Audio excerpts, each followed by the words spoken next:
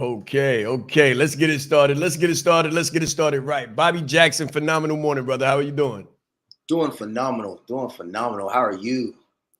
Brother, let me tell you something. When you set up your mind to do something, right? When you set your mind to do something, when you say you're going to do something different, this is for everybody looking at me, everybody starting now, everybody on LinkedIn, voice, live, whatever the case may be. When you say you're going to do something new and different, innovative, disruptive, don't think there won't be challenges. Please do not think there won't be challenges. So listen, we got hit with everything but the kitchen sink, Bobby. That's what's going on over here, right? We got hit with everything but the kitchen sink. I know sometimes entrepreneurs look at me and they say, Shaan right eats, there's no problems over there. Everything is so phenomenal. Everything works seamlessly. There's no problems over there. Au contraire, mon frère, right? Trust me, if you have problems, what does Biggie say? More money, more problems. That's right. More money, more problems. But we're not complaining. See, that's the difference. That's the difference, guys. The people that are successful have a solution. And their solution is their mindset and perception. They don't complain. They roll with it. Right? So like I said, hit with every single thing but the kitchen sink. Might have caught a little bit of the kitchen sink, actually. But it's okay because we're not going to complain. We're not even going to detail what it was. Phenomenal morning, guys. This is a Monday morning. This is your Monday morning, October 23rd. How are you going to show up today? That's why we're here. Leadership Live, diving deep 5 days a week. What does that look like for you? What does leadership look like for you? This morning, October 23rd, 2323. 2323. What's going on? What does the fourth quarter look like for you? What did you get hit with over the weekend? And how are you continuing to move regardless to that fact? Right? That's what it looks like for me, Bobby. How about you, brother? How's things going on over there? Your neck of the woods.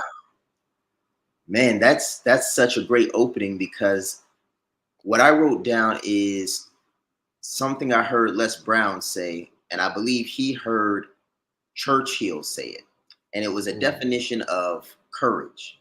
And the definition that was shared was courage is going from failure to failure without losing enthusiasm. And that's kind of been more of a realization for me. Like when you hear things at certain stages in your life, you hear them and they mean one thing because you can't fully embrace what you've heard. Yes. The definition of courage is changing for me over the past few years as an entrepreneur, as a father, as a businessman, husband. Like it's just changing because when I was a young man, especially with my military background, courage meant don't be stupid, but do crazy things. Like don't go out and get yourself killed, but don't be afraid of death. Like that was kind of courage. It was like, just go out there and do it. And now I'm understanding courage to be a lot deeper than that. Courage requires you to kind of face the facts. I think, for the lack of a better term, stupidity, and I'm speaking from a military standpoint, like if you did something stupid, that's not courageous because you put your men in danger, you put yourself in danger, you put your women in danger, you put your family at risk. Like that's not courage. Courage is acknowledging the risk, taking every action to mitigate the risk, understanding the consequences, and doing it knowing and taking full responsibility for any and all outcomes. And when you fail at doing something several times, it takes a certain level of courage to come back with the same enthusiasm, the same critical, analytical. What did I miss? What detail is lacking? What didn't I do right? And just run into it. And I've just had a series of events where it just feels like I'm not getting this down. Like I'm not getting this down, and just coming back at it with tenacity, aggression, positive aggression, of course, and just enthusiasm. So that's what it's looked like over here. Interesting. Guys, we're going to go to a break in a moment. I want to acknowledge everybody on the call. Phenomenal morning, guys. LinkedIn Live, LinkedIn Voice. We are on every platform but IG right now and TikTok, right? So we're gonna compromise. We're gonna compromise for the moment, but we're gonna co-opt those two platforms as well. So we will be on TikTok, we will be on IG. You guys just wait for it. But right now we have Blake, Jordan, Shahid, Shakur, Jesse on LinkedIn Live, LinkedIn Voice. Guys, what are you doing? I'm gonna just ask you real quick, like, what are you doing? Where are you at? Share this out. If you're on any other platform, go ahead and shout me out. Let me know who you are. Let me know where you're calling in from so I can give you an acknowledgement in the morning, because listen, you're here. You're here. Some people are still in the bed. Some people are still in the bed. One of my videos during COVID was get out the bed. Just get out the bed. Like, you could start your morning as long as you could be successful, but you can't be successful under the covers. Right? Get it started. Like, get out the bed early, right? So that's one of the things. And I'm called to remember something that my father told me. I'm called to remember something that my father told me. My father said, have more done by the time people wake up than they're going to do all day. You know, if you've been following me anytime, you know we wake up, we meditate, we work out, we do all of the things, right? We work out good, we meditate, we go into the goal writing, we write down the goals, we get into what we call the $1 billion planner. We do all of these things. We read, we do all of these things way before the crack, what most people call the crack of dawn, right? Before most people get up. Listen, if you're in business, if you're in school, if you're trying to crush it, if you want that raise, if you're trying to, add that zero to your life and to your business, you want to have more done by the time people wake up than they're going to do all day. And that, that character piece, that integrity piece, that was one of the reasons why I said, you know what, let me overcommit. Let me overcommit and overdeliver and do more than anyone would expect of me. What is your commitment? What is your commitment? Where are you over-delivering? And where are you providing more value than anyone would ever be willing to swear to, right? Pledge allegiance to, right? Pledge allegiance to the service. Who's going to pledge allegiance to that degree of service and give you more love? What do they say? More love, more blessings, more life. We'll be right back, guys. This is The Breakfast with the Brand. Let's grow. I said Shaan East. I'm proud. That's Shaan East. Leadership is not the brand they made for us. Listen, he brought fire, heat. He didn't hold back. 20 years down the line, what I could sell, why not serve first? Service over salary.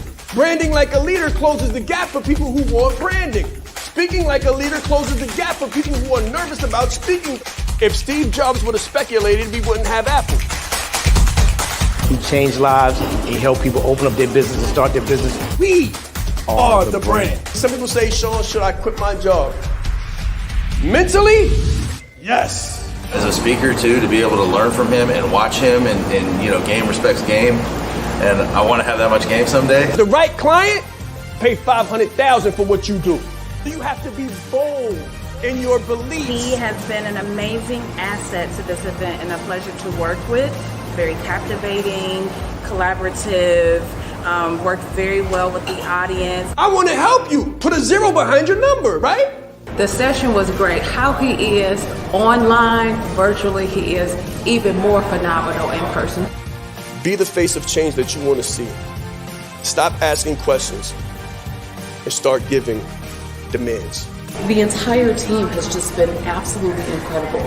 They are a joy to work with. They go above and beyond. Give yourself a round of applause. Yes, yes, yes.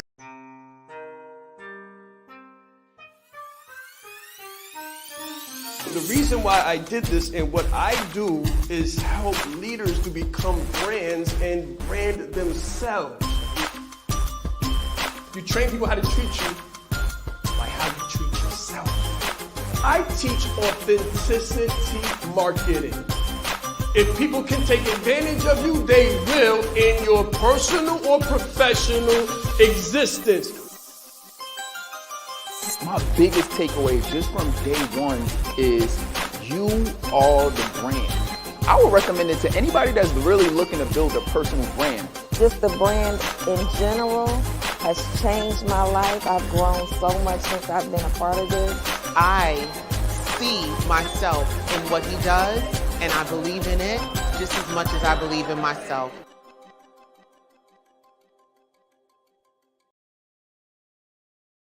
All right, all right. So again, guys, phenomenal morning, phenomenal morning. This morning is more phenomenal than a lot of them, right? Because I like to get hit with stuff. I ain't gonna lie. Like I'm a how do you say, a glutton for punishment. When things happen wrong, I get excited. I get happy. When I see signs of resistance, it lets me know that I'm going in the right direction. When I see signs of resistance, it tells me that I'm going in the right direction. Resistance is an opportunity for resilience, guys. So what Bobby was talking about coming back after getting knocked down and that being the definition of courage, let me tell you one of the definitions of success. One of the definitions of success is having resilience. It's not getting hit. Oh, no, it's not getting hit. Every boxer gets hit. Now, everybody doesn't have to take punishment. It's two different things. Getting hit is one thing. Taking punishment willfully and wantonly is a whole different thing, right? So in business, we don't just take punishment, but we do get hit with things. And you want to do kind of what Mayweather did in boxing, and that was taking punishment unbeautiful, right? So before that, everybody would say, I love Tyson, I love this one, I love, Ali. These people get hit a lot and they run in and they fight, and it's like a bludgeoning. It's like a slaughterhouse. It's like Saw, right? But Mayweather made it look beautiful. He really was not on the taking punishment thing. Listen, if you're in business and you're just taking punishment, or if you feel in your life like you're just taking punishment, you do not have to. You do not have to. You're going to get hit, yes, but you do not have to stand there in the rain without a jacket and just get pummeled. So me, when I feel resistance, I get excited because it lets me know that I'm going the hard road. It lets me know that it's going to be a challenge. It lets me know, listen, guys, on the back of resistance is a reward. We got Shade back with us. Phenomenal morning, brother. I see you on Facebook, LinkedIn. I see you. I recognize you. Listen, guys, if wherever you're calling in from, wherever you're looking at this from, share this out. Tag someone who needs to be tagged, because we're on a morning mission. We're on a morning mission to help you more and add more value to you early in the morning than you're going to get the entire day. That's what we're here for. And I want to give you I want to segue into the discussion with this. You can pay now and play later, or you can play now and pay later. Pay attention now, or pay money and time later.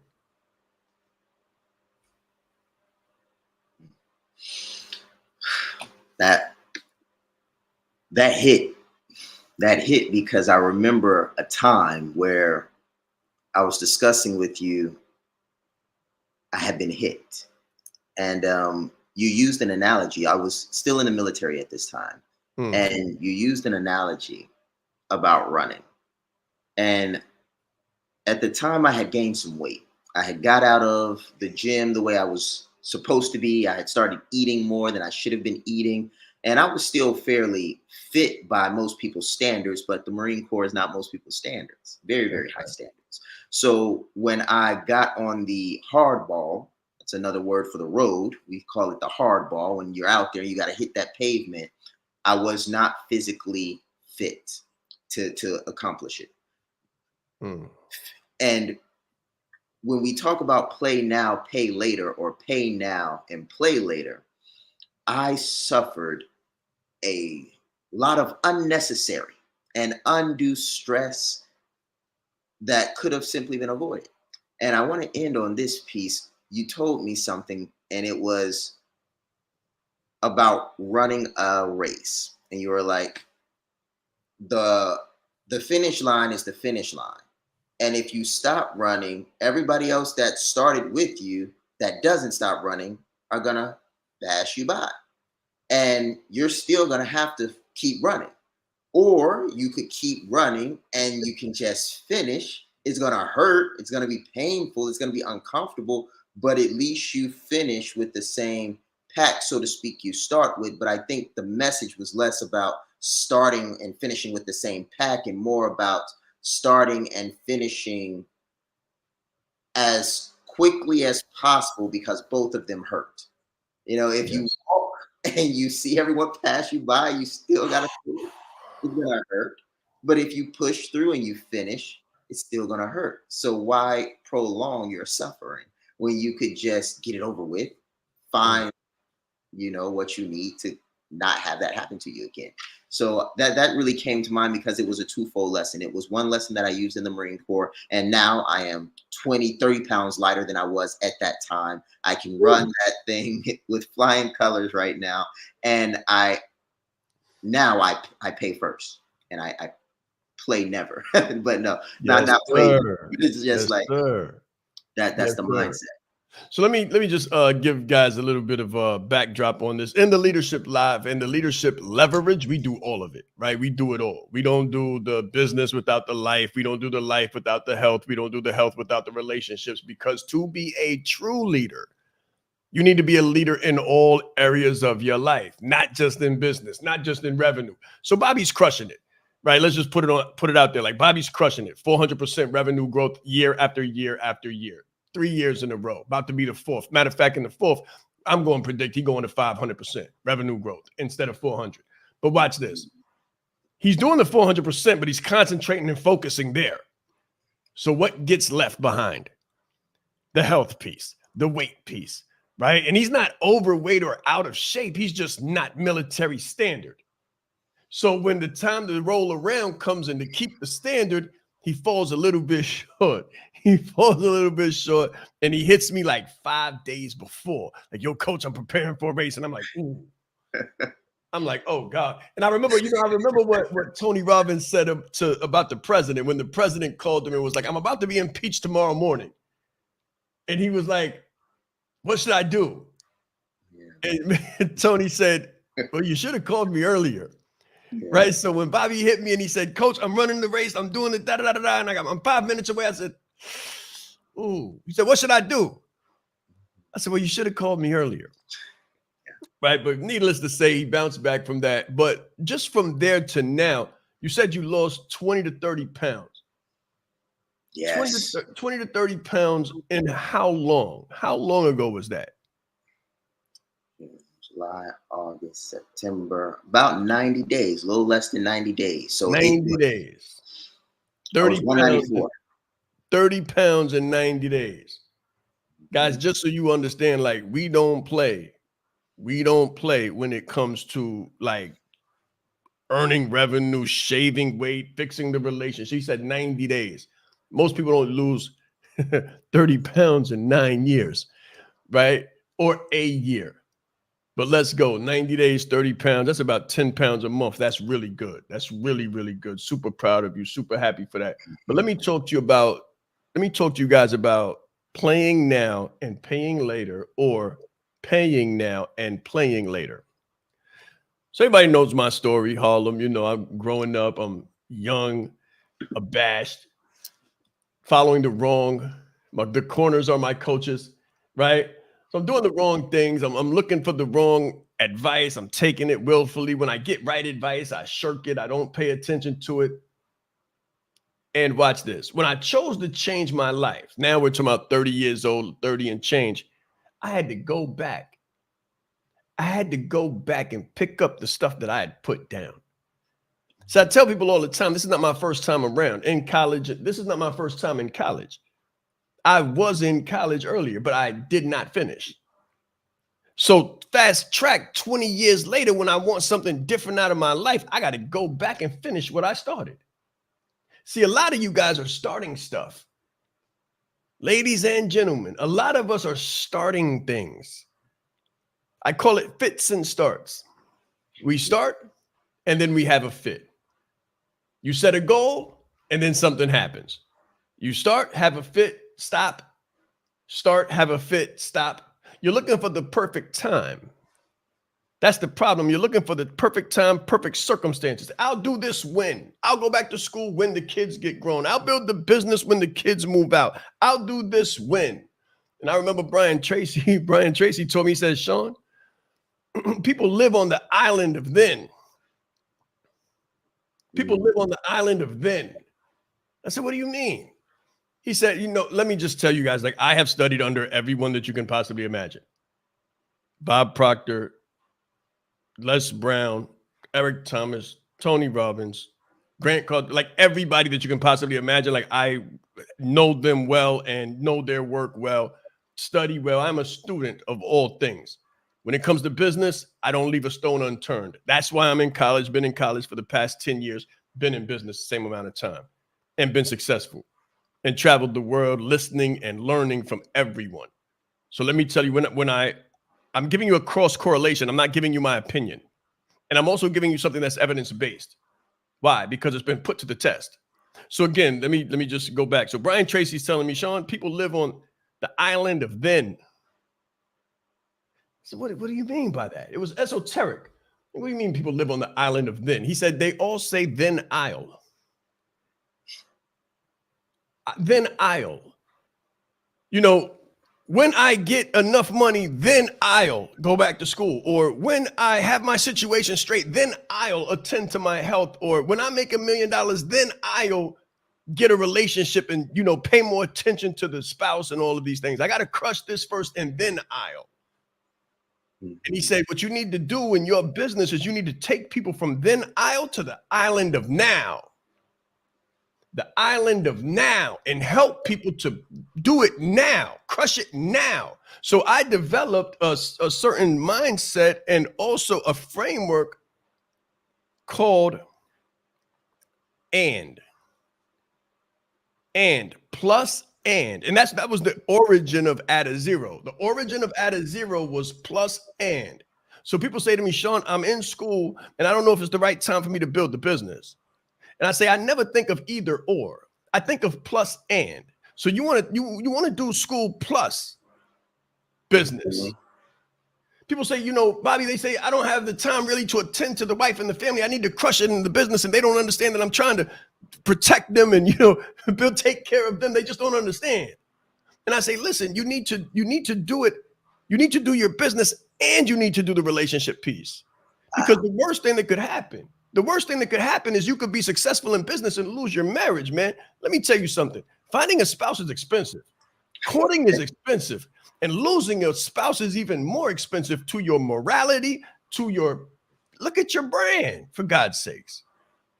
What is your brand? What is your peace? What is your peace? Who do you go home to? I say turn your what and your why into a who. Well, what happens if you don't have a who? What happens if you lose who you do it for in the first place?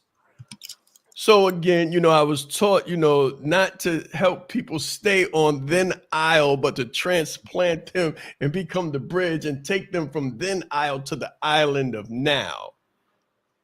And the origin of Add a Zero was plus and.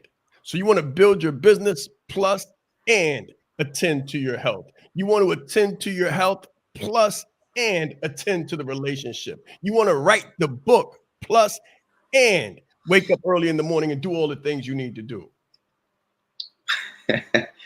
I can't help but just like smile and laugh to myself over here because I'm like, I never really noticed it, but I always felt it.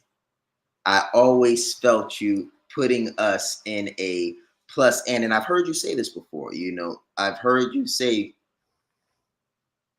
and, like, don't think of it as out, then out, but think of it as an and then kind of thing. So I remember hearing that, but I never had it hit like this. So I want to share this to the audience because it might help them. What I find very, very interesting is that whatever you tell yourself you are going to do, if you convince yourself that it must get done, it's very unlikely that it doesn't get done. And it's remarkable. because sometimes we can say, I can't do this, or then I'll do this, or maybe I'll do this after I've done this. And at that point, we have, consciously or unconsciously convinced ourselves that we don't have the capacity or aptitude to do it now. And that's when we kind of lean into that Henry Ford mindset is if you think you can, you can. And if you think you can't, you can't. Like either one, you're right. And I love this plus and mentality because it forces us to, one, take ownership of our time. And before I segue out of this piece I was reading yesterday, we're readers over here too.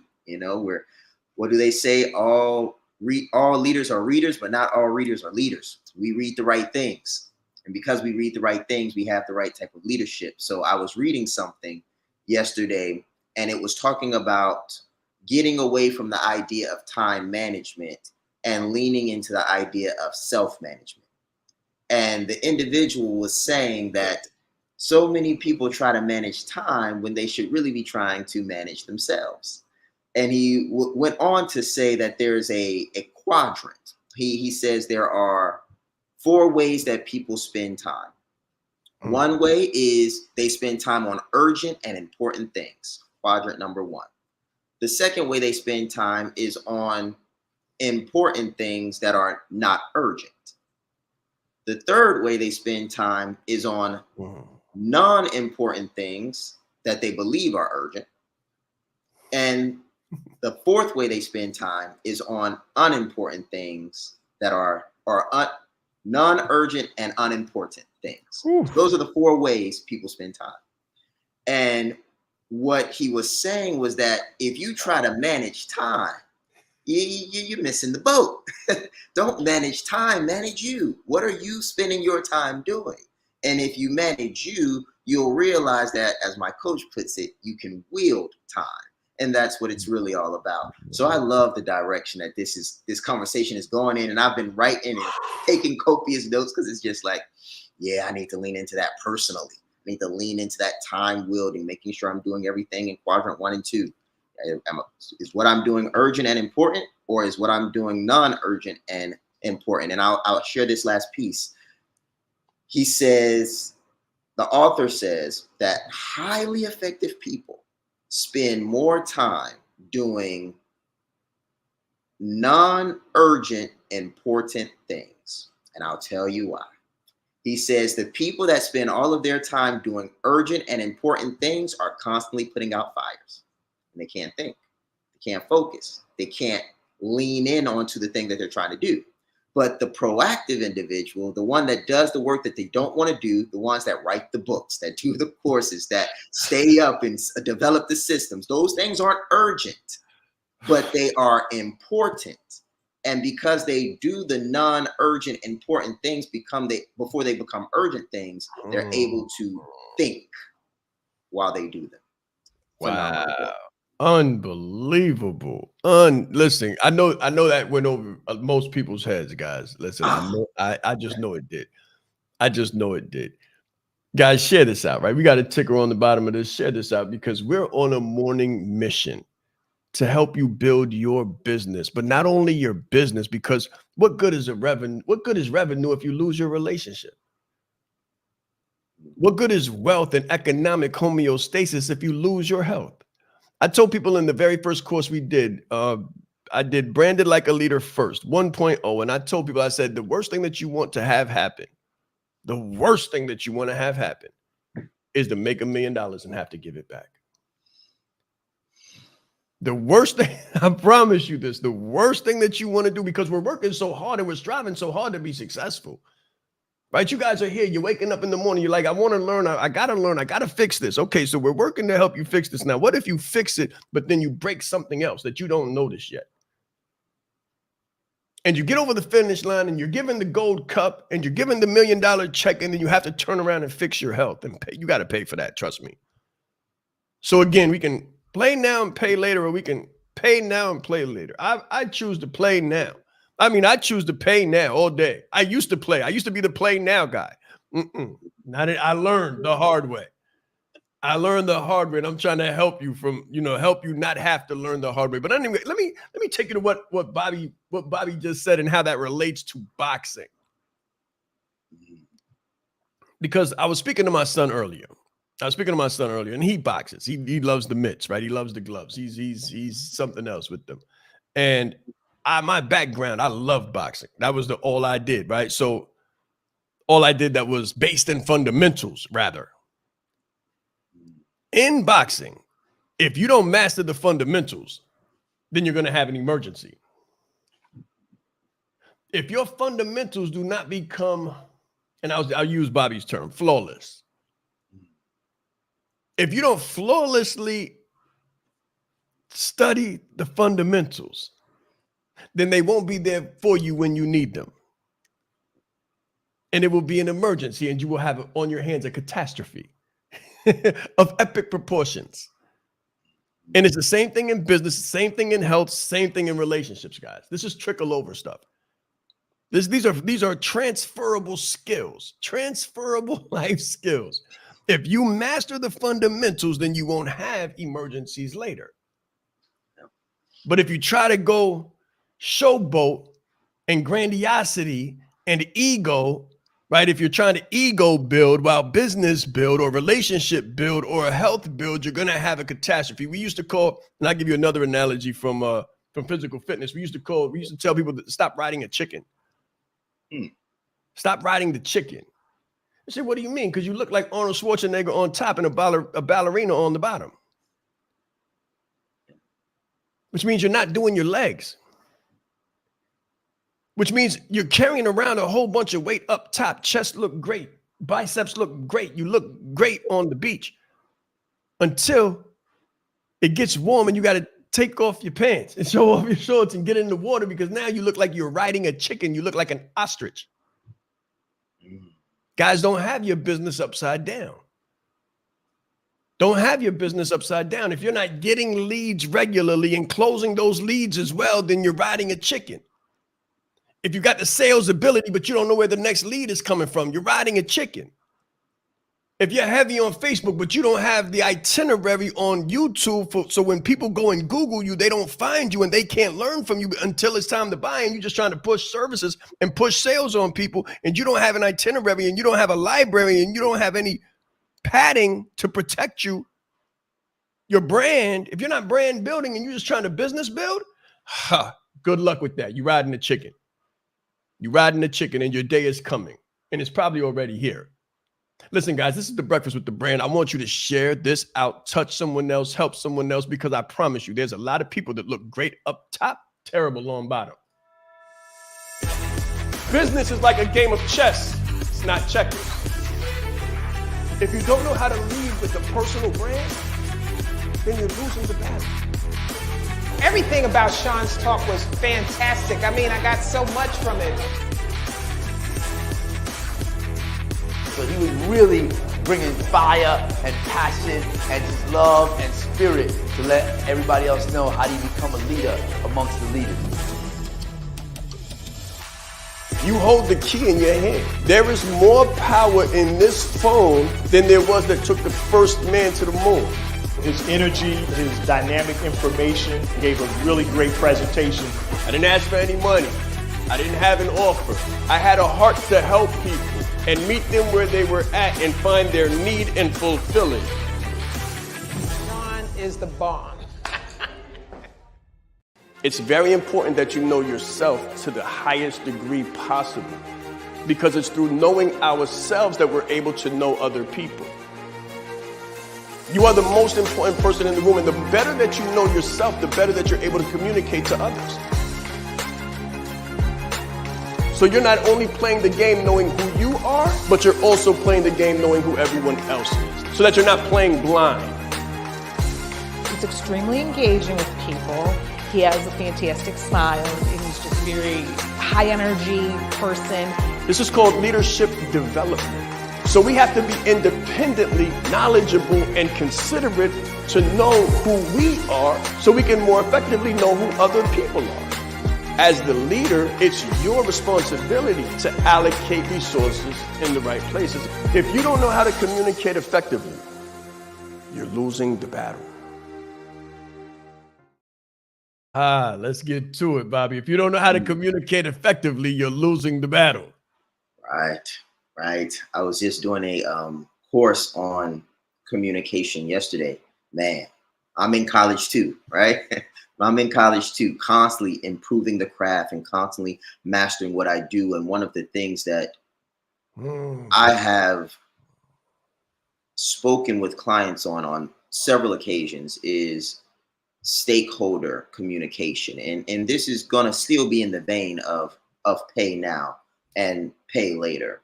Because one thing that I've noticed in a lot of businesses is that we have gotten away from, I'll put it to you like this. Everybody wants to be the boss, but nobody wants to build a business.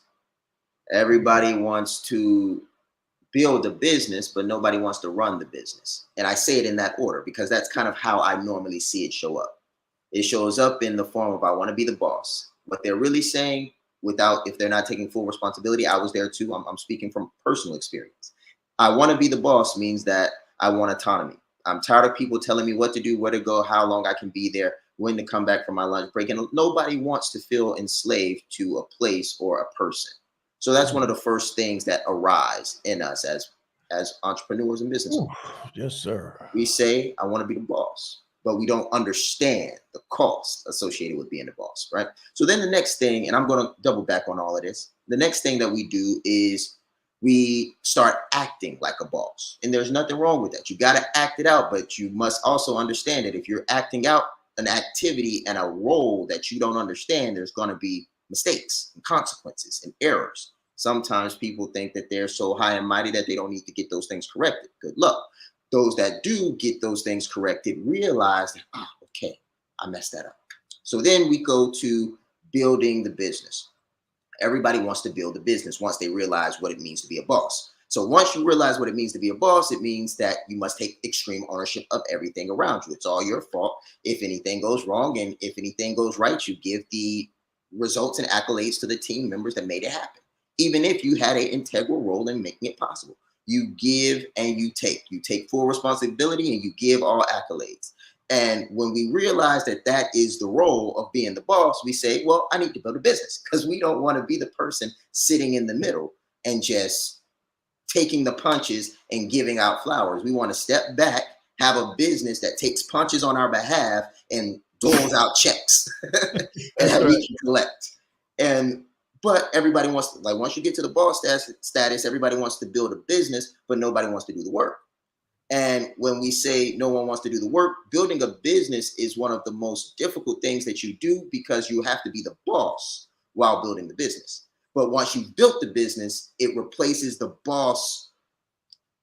It allows you to elevate. There's levels to this. Like, there's levels to bosshood, so to speak. Like, there's a level when you're the boss that does everything. And then there's the level where you become somewhat of a board member. You're a business owner. You own the business and you watch your constituents run that business. So, but the building of the business takes place by plus and. You have to be the boss, plus doing all the work that it takes to build the infrastructure and keep that thing from falling apart while you're maintaining your health, keeping your family together, and educating yourself. And then you go to running the business. So when you're running the business and you're a bona fide business owner, you've built the infrastructure, you've got the systems, you've got the optimizations in place. Now you have to run the business. And when you run the business, this is more of the leadership aspect. You have to lead, manage, delegate, steer, and ward off impeding competition. And not too many people want to run their businesses. And the reason that I think the communication piece is so integral to where you are, depending if you're still on your job, walking away from your job, if you're in your business as a boss, transitioning to business building, wherever you are, it's integral, because every stage has a stakeholder, and there are multiple stakeholders, and those stakeholders have to be communicated with. So without going into too much detail here, just to give you all this link that a lot of people don't do because they don't understand, one, what it takes to be a boss, two, what it takes to build a business, and three, how to run that business. What very few people do is develop sound business plans and business models. And when they don't have these things, they cannot communicate to some of the key constituents or stakeholders, being banks, lenders, and investors. They can't communicate their success. They can't communicate what's working. They don't have their KPIs. They don't know what's going on. And unless you have a coach that's been there, that's done that, that knows what's up the street and around the corner to help you implement effectively, you hit, right? So that's one thing. The other constituent is, or stakeholder rather, is the marketplace. If you don't understand the business, how you run it, who you are, your authenticity marketing is almost impossible, because it's hard to be authentic to something you don't understand. And so many business owners jump straight into bosshood, don't understand what it means to be a boss, don't understand what it means to build a business, and are wondering why they can't communicate effectively to the marketplace. If you can't communicate, you're losing the battle. And then lastly, running the business. If you don't know how to communicate to your team, we normally call this delegation, then it is nearly impossible to leverage them. And the whole purpose of paying for staff is to leverage the staff. The way our coach puts it here is, he says, I've got all the time in the world because I can buy all the time I need. And if we're buying time by purchasing the time of other individuals as employees, but we fail to leverage that time effectively because we're not communicating effectively, we're wasting money. I hate that I had to go CFO on you guys real quick, but like, that's what I see. And I really wanted to give that to you all, because communication is key. And there's so many stakeholders depending on you to communicate effectively. Wow. He just dropped a depth charger, guys. Like, you gotta, we wake up real early around here, right? We wake up real early and you never know what's gonna happen. So I apologize for Bobby Jackson.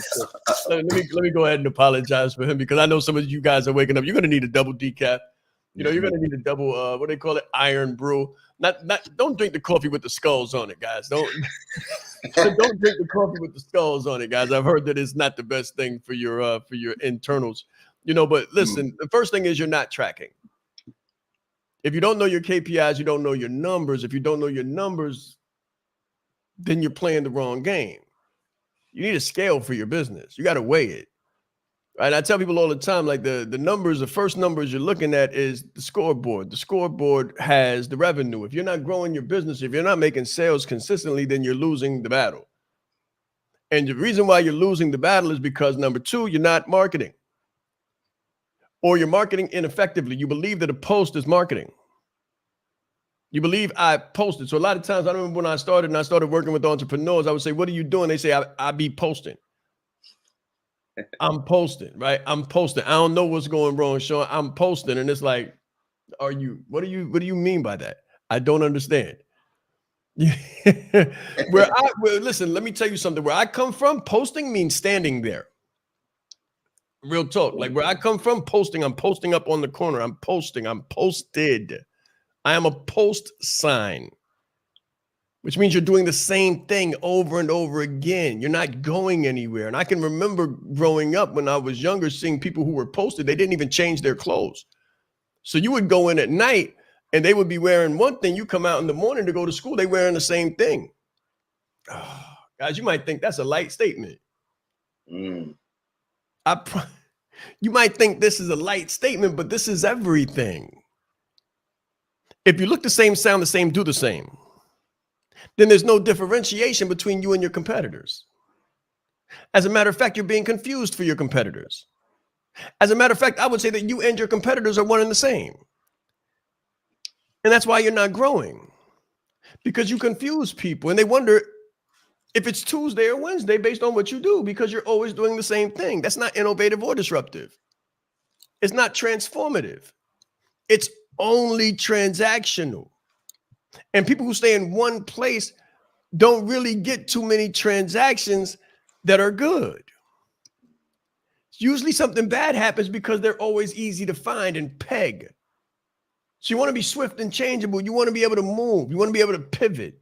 You want to be able to market effectively and be doing something different all of the time.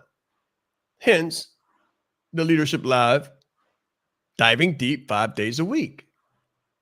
Taking you back to the principle of plus and. Say, well, you're going live on you're doing the Saturday calls on the Breakfast with the Brand. Why go live on Monday through Friday? Plus and. It's called adding a zero. It's called marketing to infinity. It's called speaking to the people that don't know me, because you can't know everybody unless you're present in different places doing different things for different people. So people say, why, Shaan, would you be on LinkedIn Live and LinkedIn Voice? Well, some people are driving to work. They can't watch the video. And if you don't understand it, then you're not targeting. So number one, you're not tracking. Number two, you're not marketing. Number three, you're not targeting. Your targeting is ineffective. Your scope is messed up. And Bobby, being a former military man, he knows what it means when I say that your scope is messed up. You're never going to hit the target. If you're ineffectively communicating, your team doesn't even know what you want to do. Listen, the interpretation piece, the self-talk is so important, because sometimes you don't even know what you want to do. So you just say, I want to make money. And that's the problem. So what you think is a solution, I need to make money. What you think is the solution is the problem. You don't need to make money, because money only magnifies the mess. Whew. Let me help somebody real quick, guys. Money only magnifies the mess. So if you don't know how to communicate effectively in the relationship, what do you really think money going to do? If you don't really know how to communicate yourself in the marketplace, what do you really think money's going to do? Money's going to make it worse. Money's going to amplify the mess. It's going to magnify the mess. And when the mess begins magnified, it looks really bad. All the flaws come out. And if you want to know what I mean by flaws, put some more pressure on yourself. Put some more responsibility on yourself. Do some more stuff. Like I said, before this call, we got hit with everything that you could possibly imagine. Trust me when I tell you, from last night on, everything. Because I said I'm going to do more, be more, so I can have more, so I can give more. So the intentionality and the purpose and the reasoning for what we're doing is 100% A1 right and exact. But the moment that you say you're going to do something that needs to be done, you're going to be hit. You're going to be faced with resistance. That's just the reality. But this is the thing, right? You're not targeting from the beginning. You're not targeting. You're just posting and hoping. And hope is not a strategy. Man, with that, I feel like there's so much. Give me just a second, you all. I want to come at this from an angle that's really going to help you. So when I was listening to Shaan speak here, I wrote some things down. One of the main things that I wrote down in asterisk was, if I just want to make money, I'm probably not going to make any money. That's the way I wrote it down. The second thing that I wrote under that was, money only magnifies the mess. Whew. Now, here's why I want to break this down. So in my space, in finance, there are two spaces, and I'm going to be super simplistic. I've seen Coach have to follow me up a couple times and kind of chop it down. So what I'm going to do is be very conscious. That's why I took a step and said, okay, how can I lay this thing down? So there's two forms of finance and accounting. So a lot of people think that their CPA is their CFO. It's not true. And I want you to write this down. Though if you're driving, just photographic memory. All right. But so a CPA looks at the past. They look at history. They look at compliance and regulation. A CFO looks at the future. We look at forecasts and we look at potential impending disaster. And how can we weather the storm? And the reason I want to lay this out is because a lot of times we have our compass set with the wrong azimuth. And I'm going to tell you guys what an azimuth is. I know a lot of people don't hike these days. We use GPS systems. So an azimuth is a magnetic pull so the azimuth itself is a direction. Now, when you shoot an azimuth, you're using a compass, and the compass has a magnetic pull that is affected by the trajectory of the earth, well, the rotation and spin of the earth and all the different things around it, which lets you know where it's north. And when you shoot that azimuth, you're then able to walk in the direction. And when you're walking in said direction and your azimuth moves left or right, you know that you're now no longer moving north. You're X degrees, west, east, or south. So when we're building our businesses, what we can do sometimes is we can think that we've shot our azimuth north. And what happens, hear me very, very carefully, you might have shot it north. You might have got it right. But what happens is the world is rotating. So when I was doing land navigation as a Marine, I was doing star triangulation and night movement. So when you're moving at night, you can't see around you the what we call terrain features. So on your map, you have terrain features. So I can navigate using what I would call a terrain feature. If I can't see that at night because it's pitch black and I'm probably moving with NVGs on one eye and my night vision on the other eye, what am I using? I'm using the stars. So I know where I am on the map. I know where my azimuth is shooting, and I know where the stars are. Here's the kicker. Please pay attention to what I'm saying because it's happening to you right now. You know where you're going. You have a business. Yep. You've got skills. You're crushing it in your space, but something happened. And you're like, what happened? Like, I was good. Like, what happened?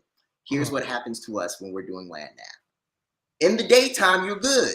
You started out with your skills, and then night fell. Boom. If you don't have a coach, if you don't have the skills, if you don't have the competencies, if I did not know land nav, so we have day navigation and night navigation. If I can navigate in the daytime, I can't stop moving at night because enemy's still on my back. So I need to know how to navigate in the dark. So we had to learn land navigation at night. So to tie this all up is a rookie that doesn't know night navigation will keep shooting north, not taking into account that the earth is spinning. And if the earth is spinning, the stars are also spinning. Your perception of them, at least.